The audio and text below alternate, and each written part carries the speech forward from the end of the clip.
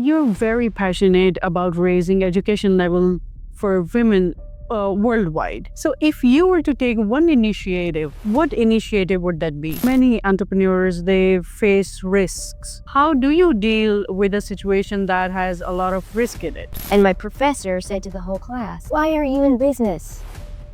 And I raised my hand and I said, "To change lives." She said, "No, that's called a charity. You're in business to make money." That exact point when you decided to go for education, further education, and how old were you and how many kids did you have at the time?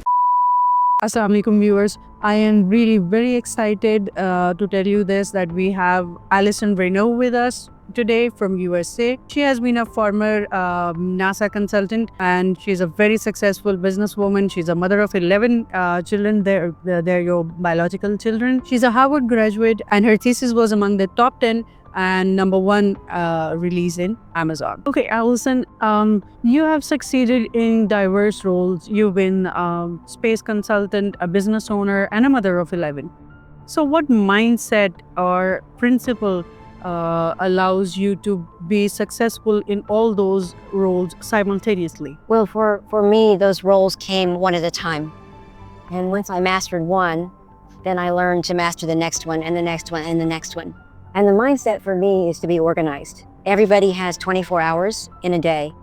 We all have 7 or 8 hours to sleep, and we have the other 16 to carry out whatever mission we want to do in life. So I always write down my goals and the time that I want to accomplish them by. If I don't succeed at that, I go to sleep, I let it go, and I start over the next day. But I think being organized and treating time as valuable is critical in your mindset. Okay, many entrepreneurs, they face risks.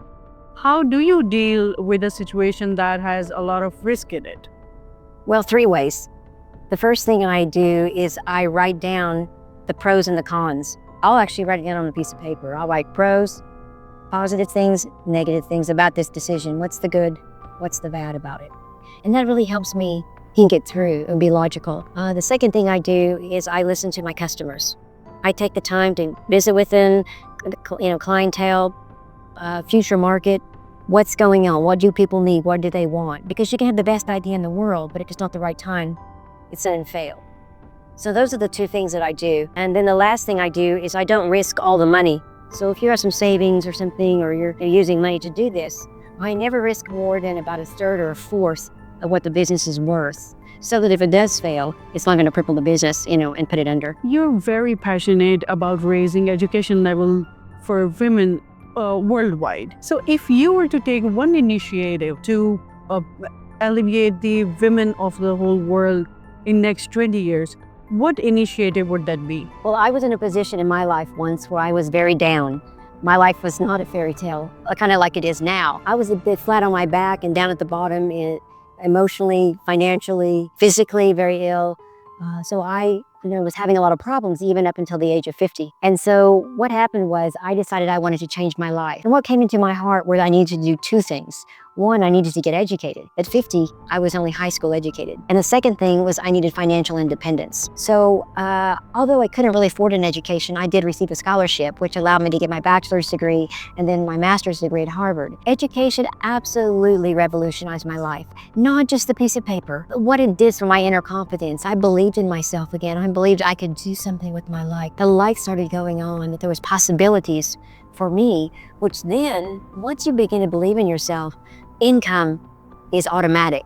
Wherever you work, whatever you do, if you have a business, it begins to prosper. Because I think it's a direct reflection. Prosperity is a direct reflection of our soul and what's going on inside of here. So these are the 2 things I would do to elevate women, because it's actually worked for me, and I believe it can work for any woman. Okay, for the inspiration of many, I would like you to share with us, what was that exact point when you decided to go for education, further education, and how old were you and how many kids did you have at the time? Well, as you know, I'm a mother to 11 children. Yes. And I have 9 daughters and 2 sons, and I love being a mother.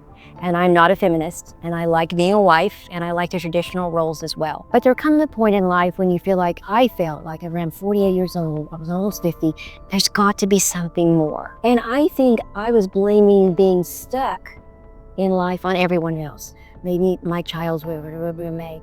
husband or this or that. When I finally quit blaming everyone else and realized I am where I am today because of the decisions I've made or not made, I realized I had the power to take my own life back. And I think that is what happened was I made a decision to change me. I couldn't change anyone else. I could only change myself. And so I began a quest with all my energy, all my time, all my effort to change myself inside, up here, and all my actions. This is such a powerful point. Let me tell you this. I mean, listening to your inner voice and stop blaming others for where I am today and thinking that I am today where I am because of what I have done and what I have not done. This is such a powerful statement coming from you.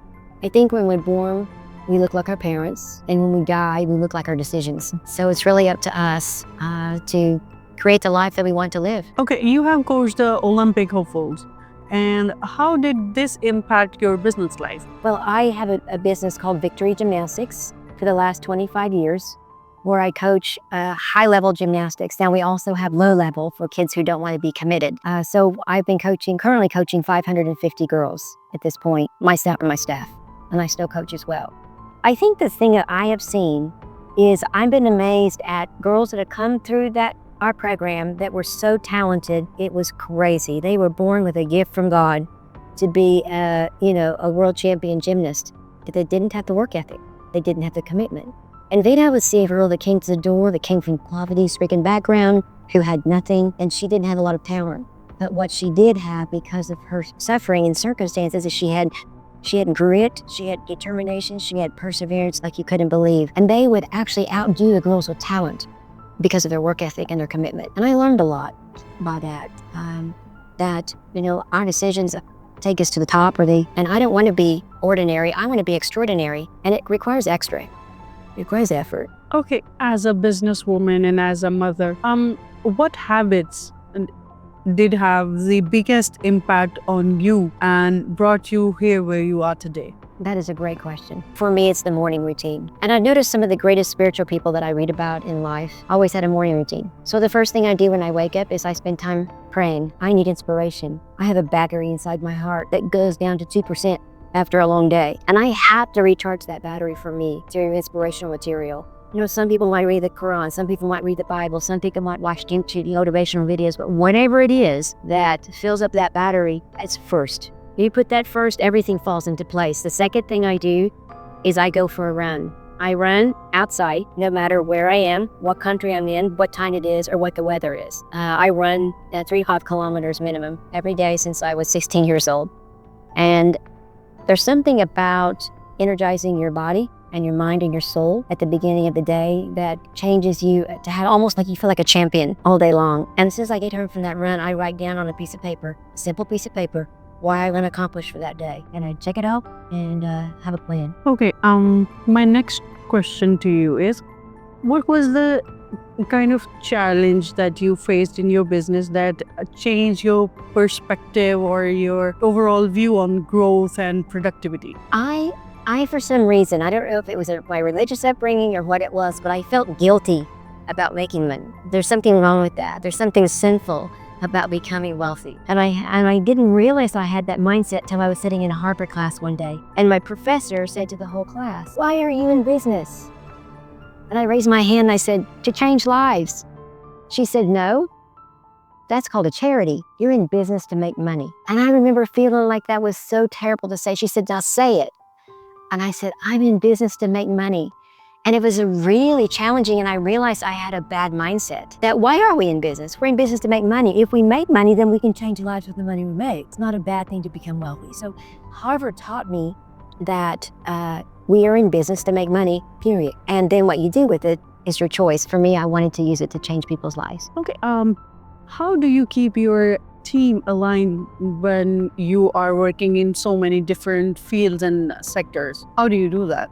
Well, in Victory Gymnastics, for instance, I think I have between 35 and 40 employees working there. And it's very important that they understand the overall vision of their role. What is their role? Is their role to make an Olympic champion? Or is their role to make sure that these girls come in and train for 30 minutes or an hour a week and they're happy? What is their goal? So I make sure that it's a very defined role of what they're supposed to accomplish And the second thing I do is I hire motivated people. It's all about hiring people who want to, work hard, want to be self-motivated, want to do a great job.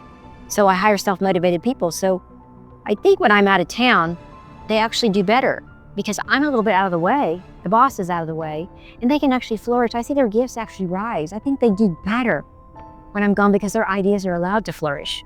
And of course I monitor it and I watch what's going on, but it's important that people contribute and give their gifts and talents into your business, not just mine. My last question to you is, what is the biggest misconception people have about the female leaders? I think that people believe that female leaders are weak and vulnerable, and just because we can't lift the same amount of weights that a man can lift, we have different strengths as well. Women are unique as leaders because they're compassionate.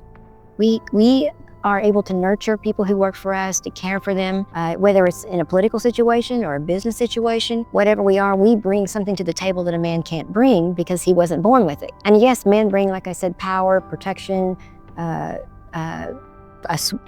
powerful presence when they come into leadership positions, which is very respected, it's very commanding. But a woman can be very well aware of the vulnerable, people that are suffering, people that are going through things. They're very holistic in their approach in leadership. And that's what I think makes a woman very, very valuable. I believe she brings out the best in her citizens or in her, clients or her customers or her own staff. Thank you very much for your time. It was very nice to have you with us, and I hope our viewers have learned a lot from your interview. Thank you.